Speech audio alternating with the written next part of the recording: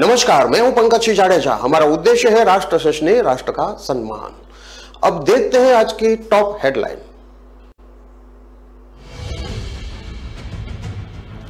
Plywood factory में आग, 2 kilometre तक दिखी लपटें। फायर ब्रिगेड की 3 गाड़ियां का पानी खत्म हुआ तो वैशाली से बुलाई गई 10 गाड़ियां।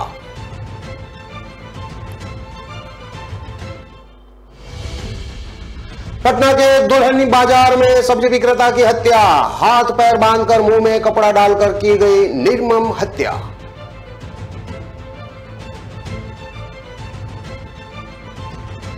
जम्मू कश्मीर में बंधक बिहार के 11 बच्चों को छुड़वाया, आज पहुंचेंगे अपने घर। छोड़ने के लिए ठेकेदार ने मांगे थे 1.25 लाख रुपए।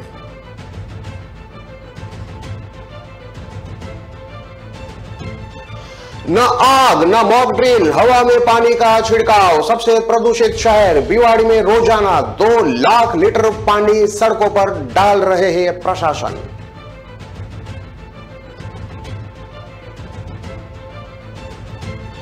एसएचओ और चचेरे भाई पर रेप का आरोप, पीड़िता बोली शिकायत करने गई तो थाने से बाहर ले जाकर किया फिर से बलात्कार।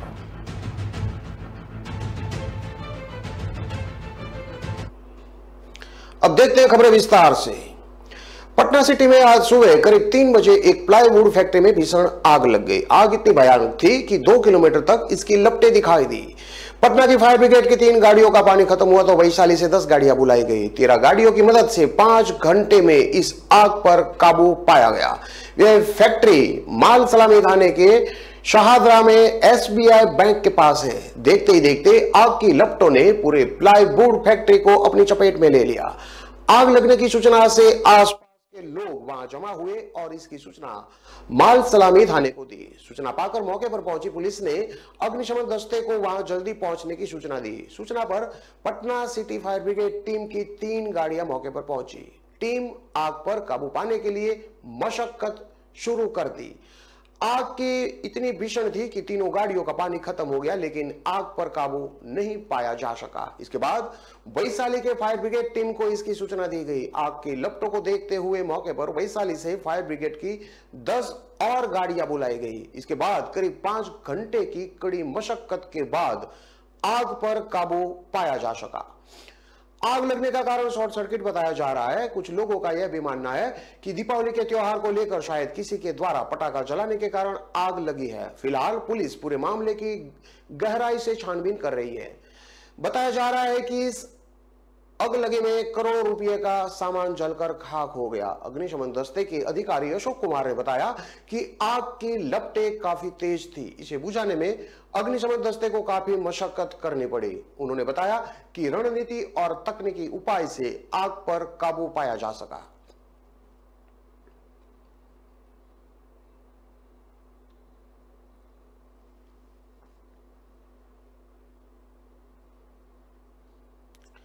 पटना के दुल्हिन बाजार में शनिवार की देर रात एक व्यक्ति की निर्मम हत्या कर दी गई। हत्या की सूचना मिलते ही पूरे गांव में सनसनी फैल गई। गुस्साए लोगों ने हत्या के विरोध में दुल्हिन बाजार पटना मार्ग को जाम कर प्रदर्शन किया। प्रदर्शन कर रहे लोग अपराधियों को गिरफ्तार करने की मांग कर रहे थे। सूचना पाकर मौके पर पहुंची पुलिस ने लोगों को समझा बुझाकर जाम खत्म करवाया। पुलिस ने सबको अपने कब्जे में लेकर पोस्टमार्टम के लिए भेज दिया और आगे की कार्रवाई शुरू कर दी है। घटना के बारे में बताया जा रहा है कि दुल्हिन बाजार के जमुई निवासी पहलू यादव, जो कि 75 साल के हैं, वो अपने गांव के एक बाजार में सो रहे थे। इस बीच देर रात अज्ञात अपराधियों द्वारा उनके हाथ पैर बांध दिए गए और मुंह में कपड़ा ठूंसकर उनकी निर्मम हत्या कर दी गई। आसपास के लोगों ने बताया कि पहलू यादव जमुई बाजार में सब्जी बेचने का काम करता था। सूचना पाकर मौके पर पहुंची दुल्हिन बाजार के प्रभारी मनोज कुमार ने बताया कि शव को देखने से ऐसा प्रतीत होता है कि उनकी हत्या ना तो गोली मारकर की गई है और ना ही गला दबाकर की गई है।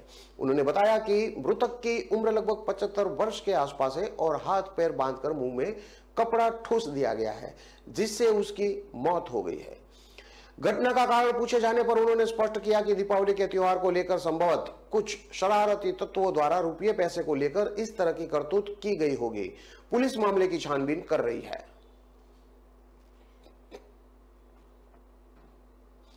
जम्मू कश्मीर में बंधक बिहार के 11 नाबालिगों को छुड़वा लिया गया है। ये सभी बच्चे अपने घर शेखपुरा के लिए निकल चुके हैं। आज बच्चे अपने घर भी पहुंच जाएंगे। ठेकेदार इन बच्चों को मजदूरी के लिए जम्मू कश्मीर ले गया था और उन्हें बंधुआ मजदूरी करवा रहा था। छोड़ने के अवेज में उससे एक एक बच्चे के परिवार से सवा लाख रुपए मांगे थे। इसके बाद बच्चों के परिवार ने पुलिस ने शिकायत की। बिहार सरकार ने भी मामले में संज्ञान लिया और जम्मू कश्मीर पुलिस की मदद से बच्चों को छुड़वाया गया।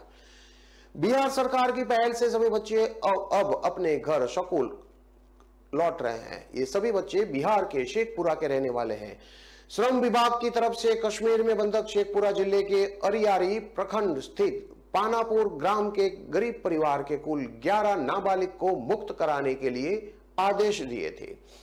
मिली सूचना के जानकारी के आधार पर शेखपुरा जिले के सभी 11 बच्चों को काम दिलाने के नाम पर दिल्ली के रास्ते कश्मीर ले जाया गया था, जहां उन्हें बंधक बनाकर छोड़ने के अवेज में परिजनों से 1,20,000 मांगे गए थे। उसके बाद स्थानीय प्रशासन और श्रम विभाग हरकत में आया था।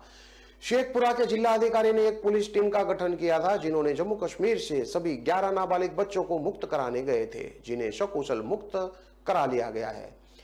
इस रेस्क्यू ऑपरेशन में पूरी सघनता से शेखपुरा जिले के अरियरी प्रखंड स्थित पानपुरा के 11 किशोर के रेस्क्यू के बारे में उनके परिजन और संबंधितों से संपर्क स्थापित कर पल पल की जानकारी प्राप्त की। साथ ही गठित जांच दल द्वारा पूरी घटना के बारे में उनके माता पिता का बयान संबंधित थाना कोरमा में भी दर्ज कराया गया था। जम्मू में बच्चों को मुक्त कराने के बाद आज उन्हें दिल्ली उनके घर लाया जाएगा। श्रम मंत्री सुरेंद्र राम ने बताया कि बच्चों को रिकवर करना और उन्हें सुरक्षित घर लाना हमारी प्राथमिकता थी। जांच टीम ने बेहतर काम करते हुए त्वरित कार्रवाई की है। 11 किशोर, जिनमें प्रहलाद कुमार, शंभू पासवान, पारस कुमार, रघुवंश राम, श्याम कुमार, सदाशिव कुमार, बिरबल कुमार, राजकुमार, उमाशंकर, सोहित कुमार बंगाली, संदीप कुमार, उजाला कुमार, राहुल कुमार और सौरभ कुमार को रिकवर कर लिया गया है। जल्द ही वो अपने परिवार वालों से मिलेंगे। एनसीआर से सटा राजस्थान का सबसे बड़ा औद्योगिक क्षेत्र भिवाड़ी है। करीब 6,000 से ज्यादा इंडस्ट्रीज वाले इस शहर में इन दिनों सड़कों पर तेजी से फायर ब्रिगेड की गाड़ियां दौड़ रही है।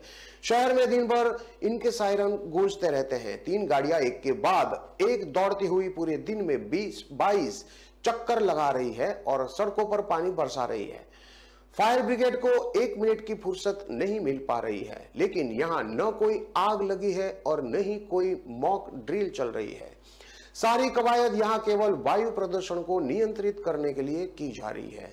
हवा को शुद्ध करने के लिए रोजाना 2 लाख लीटर पानी का छिड़काव किया जा रहा है। यह करीब 3 महीने तक जारी रहेगा। क्योंकि भिवाड़ी का वायु प्रदूषण अपने चिंताजनक आंकड़े की ओर बढ़ रहा है, वह खतरनाक स्थिति में पहुंचे उससे पहले ही यहां रिको की ओर से यह कवायद की जा रही है। हालांकि यह कितना कारगर होगा यह तो नहीं पता, लेकिन आने वाले दिनों में भिवाड़ी का एयर क्वालिटी इंडेक्स 450 से अधिक हो सकता है, क्योंकि पिछले 2 साल में यह 469 से 557 तक भी पहुंच चुका है। किसी भी शहर में हवा की गुणवत्ता क्या है, इसे IQI के जरिए मापा जाता है, यानी एयर क्वालिटी इंडेक्स। इसे हिंदी में वायु गुणवत्ता सूचकांक कहा जाता है। देश में वन एवं पर्यावरण मंत्रालय के तहत सेंट्रल पॉल्यूशन कंट्रोल बोर्ड इस पर निगरानी रखता है। राज्य में अभी 8 शहरों का AQI मापा जाता है। इसमें जयपुर, जोधपुर, कोटा, उदयपुर, अलवर, भिवाड़ी, पाली और अजमेर शामिल है। इनमें केवल पाली और अलवर का ही AQI लेवल 100 से नीचे है। हर साल अक्टूबर से नवंबर के बीच में भिवाड़ी में AQI खतरनाक स्तर पर पहुंच जाता है। यहां हवा इतनी जहरीली हो जाती है कि सांस लेना मुश्किल हो जाता है। पिछले कुछ सालों से इसे रोकने की कई कोशिशें की जा रही है, लेकिन फायर ब्रिगेड से पानी का छिड़काव पहली बार किया जा रहा है। दीपावली से पहले ही भिवाड़ी की हवा में जहर घुलने लगा है। इसलिए अजंता चौक, रिलैक्सो चौक, रामपुरा, मुंडाना, चौपांकी, सांथकला, कहरानी, UIT सहित अन्य जगहों पर रिको पानी का छिड़काव करवा रहा है। यह गाड़ियां फायर स्टेशन से सुबह 6 बजे निकलती है और दोपहर 1 बजे तक भिवाड़ी के 10 से 12 चक्कर लगाकर आती है। इस तरह शाम को 4 बजे से रात 11 बजे तक पानी का छिड़काव किया जाता है। भिवाड़ी में रोजाना रिको की 3 फायर ब्रिगेड और 6 टैंकर पानी का छिड़काव कर रहे हैं। ये 40 किलोमीटर का एरिया कवर करते हैं। इसके लिए साधारण पानी का ही छिड़काव किया जा रहा है, इसमें कोई केमिकल नहीं मिलाया जा रहा है। पानी का छिड़काव फायर ब्रिगेड के नोजल से किया जाता है। पानी को पेड़ों और सड़कों पर छिड़का जा रहा है ताकि वहां से धूल को हटाया जा सके।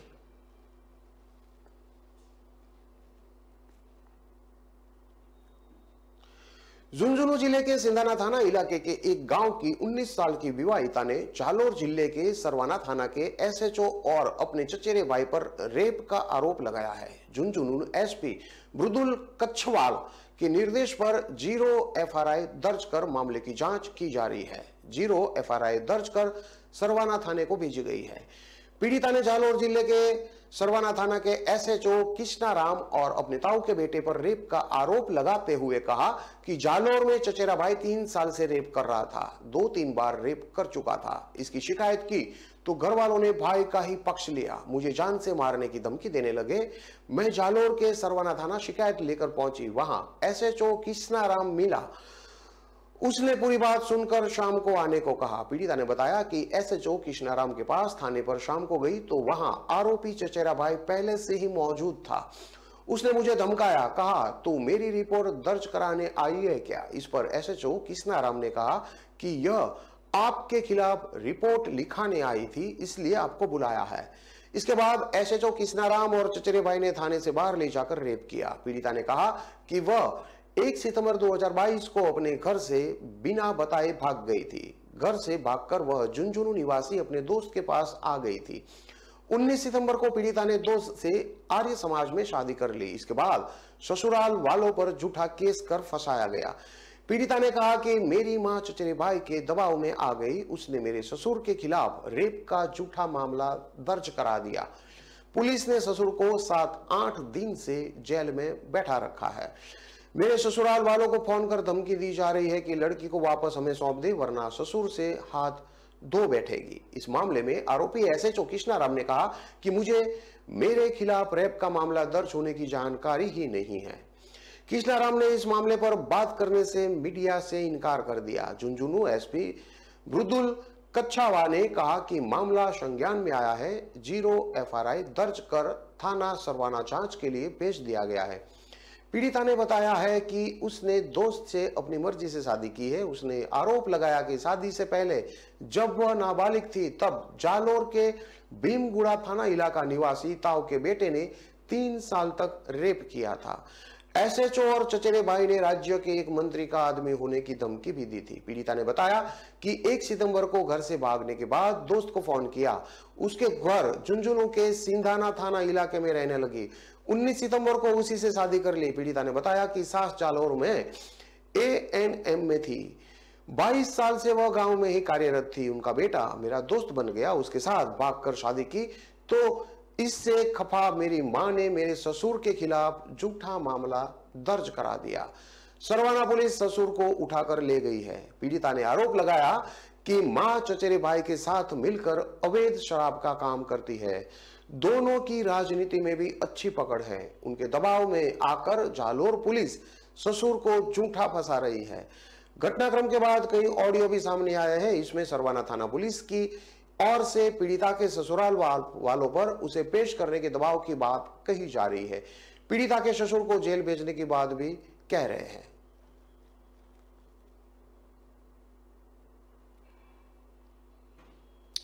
खबरों में लेते हैं अब एक छोटा सा विराम।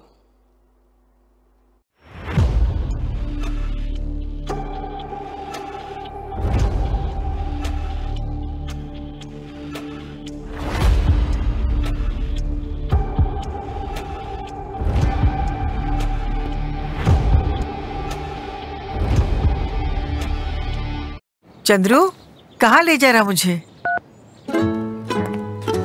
किराया पूछा? उबर ऑटो है मैम, किराया सही है। जो सोचे जो चाहे वो करके दिखा दे। किराए पर नोक झोंक छोड़ो, उबर ऑटो से बस सोचो और चल पड़ो। उबर, बस सोचो और चल पड़ो।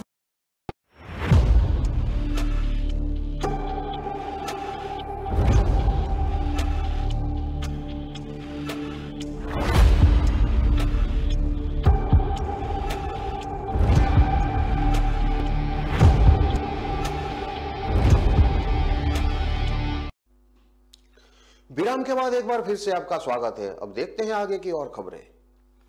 सिरोही के पिंडवाड़ा थाना क्षेत्र में शनिवार देर शाम जांककर गांव में होटल के एक युवक संदिग्ध हालत में पड़ा मिला। युवक को पिंडवाड़ा हॉस्पिटल में पहुंचाया, जहां डॉक्टरों ने उसे मृत घोषित कर दिया। पुलिस ने शव को हॉस्पिटल की मोर्चरी में रखाकर परिजनों को सूचना दी है। पिंडवाड़ा थाने के हेड कांस्टेबल हरिदास वैष्णव ने बताया कि थाने में सूचना मिली कि जांकर गांव स्थित एक होटल के बाहर खाट पर कोई युवक सो रहा है। आवाज लगाने के बाद भी वह कुछ नहीं बोल रहा है। पुलिस की सूचना पर निजी एम्बुलेंस के पायलट शिवलाल प्रजापत और असलम खान घटनास्थल पर पहुंचे। युवक को इलाज के लिए पिंडवाड़ा के सरकारी हॉस्पिटल पहुंचाया गया। वहां मौजूद डॉक्टरों ने जांच के बाद युवक को मृत घोषित कर दिया। पुलिस को युवक के पास मिले कागजों से पता चला कि मृतक पाली जिले के बाली तहसील के सेवातों की फली भीमाना गांव का निवासी रामाराम पुत्र देवाराम है। पुलिस ने मृतक के पास मिले कागजों के आधार पर परिजनों को सूचना भेज दी है। परिजनों के आने के बाद रविवार को शव का पोस्टमार्टम करवाया जाएगा।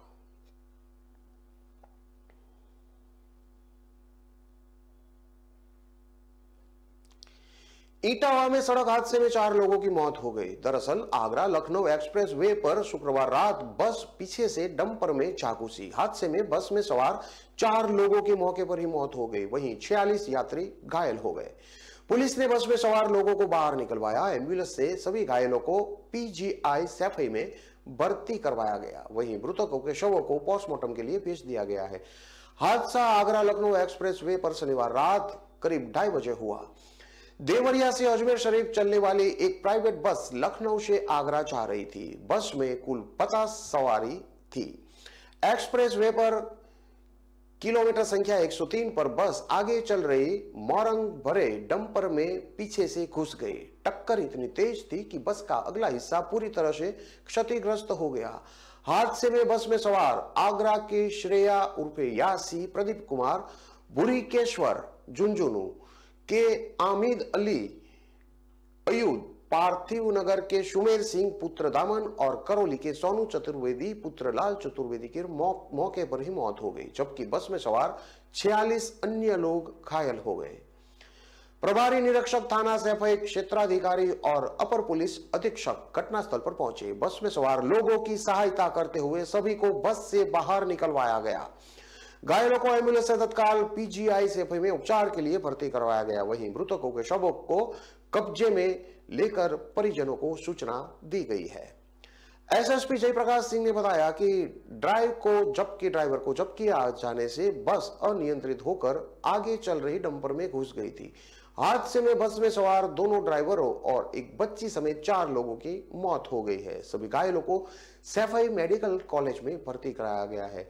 वहीं घटना की जानकारी पर यूपीडा के कर्मचारियों ने क्रेन मशीन लगाकर क्षतिग्रस्त बस को एक्सप्रेस वे से हटाकर यातायात फिर से सुचारू कराया। हादसा किलोमीटर संख्या 103 पर हुआ है। जिलाधिकारी इटावा अवनीश कुमार राय और वरिष्ठ पुलिस अधिकारी इटावा जयप्रकाश सिंह ने घटनास्थल पर पहुंचकर उसका मुआवना किया। इसके बाद सैफई मेडिकल यूनिवर्सिटी पहुंचकर घायलों की जानकारी भी ली। साथ ही संबंधित अधिकारियों और पीजीआई के डॉक्टरों को घायलों की हर संभव मदद और समुचित उपचार का निर्देश भी दिया।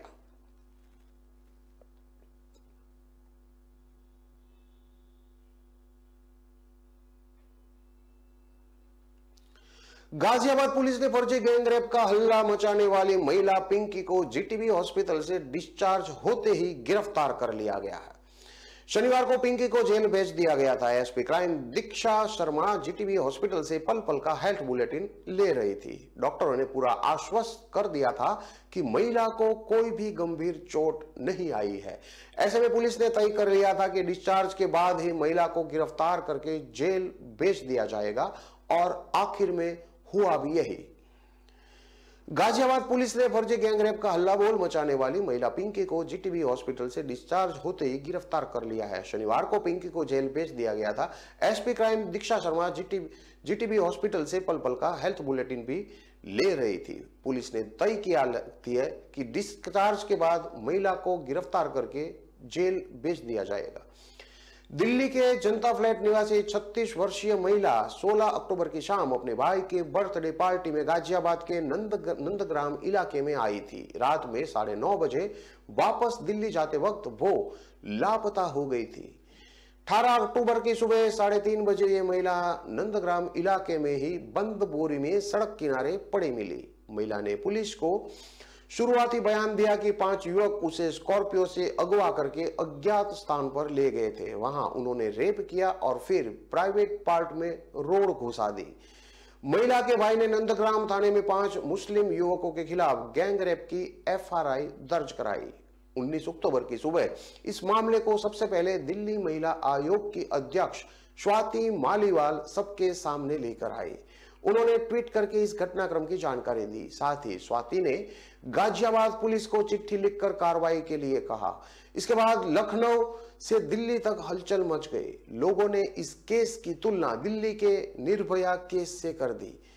गाजियाबाद पुलिस ने 21 अक्टूबर को स्क्रिप्टेड गैंग रेप का पर्दाफाश कर दिया। मेरठ रेंज के IG प्रवीण कुमार ने खुलासा किया कि महिला ने 53 लाख रुपए की प्रॉपर्टी कब्जाने के लिए दूसरे पक्ष पर संगीन आरोप लगाए थे। महिला के साथ गैंग रेप जैसा कुछ हुआ ही नहीं है। पुलिस ने दावा किया कि महिला के प्राइवेट पार्ट से सीमेन नहीं मिला है। उसने लोहे की वस्तु अपने प्राइवेट पार्ट में खुद ही डाल दी थी। महिला के कहने पर उसको बोरे में बंद करने वाले आजाद और अफजाल थे, जबकि गौरव अपनी गाड़ी से महिला को घटनास्थल पर लेकर आया था और सड़क पर लिटाकर तीनों चले गए थे। गैंग रेप का षड्यंत्र रचने में आजाद, अफजाल और गौरव पहले ही जेल जा चुके हैं। महिला GTB हॉस्पिटल दिल्ली में भर्ती थी। शनिवार दोपहर डिस्चार्ज होते ही गाजियाबाद पुलिस ने उसे गिरफ्तार करके जेल भेज दिया। पुलिस ने बताया कि इस मामले में पिंकी, आजाद, अफजाल और गौरव पर एक केस अलग से दर्ज किया गया है। इसमें उन पर गैंग रेप का षड्यंत्र रचने, पुलिस और डॉक्टरों को भ्रमित करने, झूठी खबर प्रसारित करने जैसे संगीन आरोप लगाया है। पुलिस ने बताया कि महिला के भाई ने गैंग रेप का जो मुकदमा दर्ज कराया था उसकी जांच चलती रहेगी। हालांकि माना यह जा रहा है कि पुलिस जल्द ही अपनी जांच में उस मुकदमे को एक्सपंज करके कोर्ट में रिपोर्ट पेश कर देगी। हरियाणा में दिवाली पर गंदगी का साया मंडरा रहा है। राज्य में निकाय विभाग के कर्मचारी हड़ताल पर चले गए हैं। सफाई कर्मचारियों की हड़ताल से सरकार भी घबरा गई है, जिस वजह से सरकार ने एसेंशियल सर्विस मैनेजमेंट एक्ट यानी कि एस्मा लागू कर दिया है, जिसमें कर्मचारियों को तुरंत काम पर लौटने के निर्देश दिए गए हैं। वहीं बिगड़ते हालात देखकर सरकार ने खुद सफाई का मोर्चा संभाल लिया है, जब पुलिस सुरक्षा में सफाई के आदेश जारी कर दिए गए हैं। दिवाली के त्योहार पर सफाई कर्मियों की हड़ताल से प्रदेश के शहर कूड़े के ढेर में बदलते जा रहे हैं। कर्मियों की हड़ताल के कारण शहरों में साफ सफाई नहीं हो पा रही है। अब सरकार की ओर से मशीनों से कराई जाने वाली साफ सफाई का कर्मचारी विरोध करेंगे। सरकार के इस फैसले के विरोध में हड़ताली कर्मचारियों ने फैसला किया कि वह एस्मा की प्रतियां जलाकर प्रदेश भर में आक्रोश प्रदर्शन करेंगे। सर्व कर्मचारी संघ हरियाणा के प्रदेश उपाध्यक्ष सुभाष लांबा ने इसकी निंदा की है। सुभाष लांबा ने कहा कि कर्मचारियों ने अपनी मांगों के लिए नगर निकाय मंत्री को अपना मांग पत्र भेज दिया था, लेकिन कर्मचारियों की मांगों का समाधान नहीं किया। यही कारण है कि आज प्रदेश के 40,000 कर्मचारी हड़ताल पर जाने के लिए मजबूर हुए हैं। दीपावली पर आज सोमवार को हड़ताली कर्मचारी काले झंडे के साथ उल्टे झाड़ू करते हुए आक्रोश प्रदर्शन करेंगे और काली दिवाली मनाएंगे। लांबा ने कहा कि सरकार दमन एवं उत्पीड़न से हड़ताल को कमजोर नहीं कर पाएगी। उन्होंने चेतावनी दी कि अगर रविवार दोपहर तक सरकार ने ठोस कार्रवाई नहीं की तो हड़ताल को मजबूरीवश आगे बढ़ाना पड़ेगा। हरियाणा के करनाल में सफाई कर्मचारी हड़ताल पर है, जिसके कारण सीएम आवास के बाहर कचरे के ढेर लगे हुए हैं। कर्मचारियों ने प्रशासन को चेतावनी दी है कि उनकी मांगों पर संज्ञान लेने से पहले कोई कचरा ना उठवाए, लेकिन आज सीएम साहब करनाल आ रहे हैं। हरियाणा के फतेहाबाद में नगर परिषद के हड़ताली सफाई कर्मचारियों और पुलिस में आज सुबह तनातनी भी हो गई। प्रशासन ने पुलिस की मौजूदगी में पुराना बस स्टैंड पर लगे कूड़े के ढेर को जेसीबी से उठाने का प्रयास किया। सफाई कर्मचारी इसके विरोध में आ गए और जेसीबी के आगे लेट गए।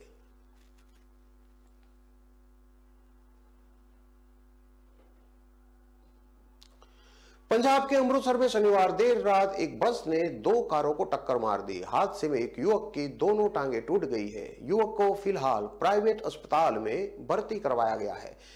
घटना के बाद पुलिस ने मौके पर पहुंचकर बस को कब्जे में लेकर ड्राइवर को हिरासत में ले लिया है। लोगों के बयानों के आधार पर कार्रवाई की जा रही है।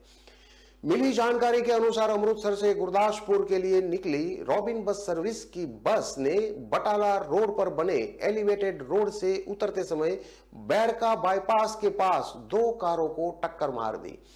बस इतनी तेज गति में थी कि उसकी ब्रेक ही नहीं लगी और 2 कारों को घसीटते हुए साथ ले गई। इतना ही नहीं, बीआरटीएस एलिवेटेड रोड के साइड पर रखे हुए 250 किलोग्राम के कंक्रीट के ब्लॉक्स को भी अपने साथ 25 मीटर तक घसीटते हुए ले गई। हादसा इतना जबरदस्त था कि एक कार पूरी तरह से चकनाचूर हो गई और चालक की दोनों टांगें टूट गई। घटना के बाद गुस्साए लोगों ने बस ड्राइवर को पकड़कर पुलिस के हवाले कर दिया। आसपास के दुकानदारों को कहना था कि इस चौक पर रोजाना हादसे हो रहे थे। बीआरटीएस ट्रैक से बसें और कारें काफी अधिक तेजी से आती है, जिसके चलते यहां रोजाना दुर्घटनाएं होती रहती है। बीआरटीएस बस सर्विस के ऑपरेशन मैनेजर अजय शर्मा ने बताया कि सेलिब्रेशन मॉल के पास बीआरटीएस एलिवेटेड रोड पर जाने के लिए रस्सी लगाकर रास्ता बंद रखा गया है ताकि वाहन और बसें इस पर न आ सके। लेकिन यह बस सेलिब्रेशन मॉल के पास लगी रस्सी को तोड़कर आगे बढ़ गई। उसे रोकने का प्रयास भी किया गया, लेकिन यह बस पीछे से ही काफी तेज गति से आ रही थी। घटना की जानकारी मिलने के बाद पुलिस तुरंत मौके पर पहुंची। पुलिस ने बस चालक को हिरासत में लिया है। घटना में क्षतिग्रस्त कार चालक के बयानों के आधार पर कार्रवाई को शुरू कर दिया गया है। बयानों के आधार पर बनती धाराओं के अंतर्गत मामला दर्ज किया जाएगा।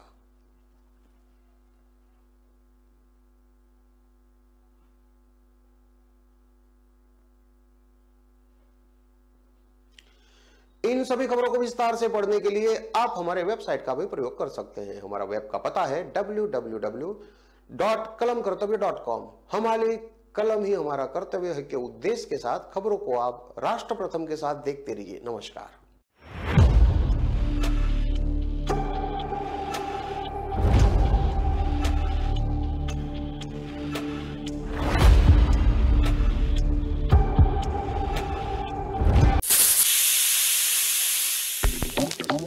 भिगोना पड़ेगा, उबालना पड़ेगा,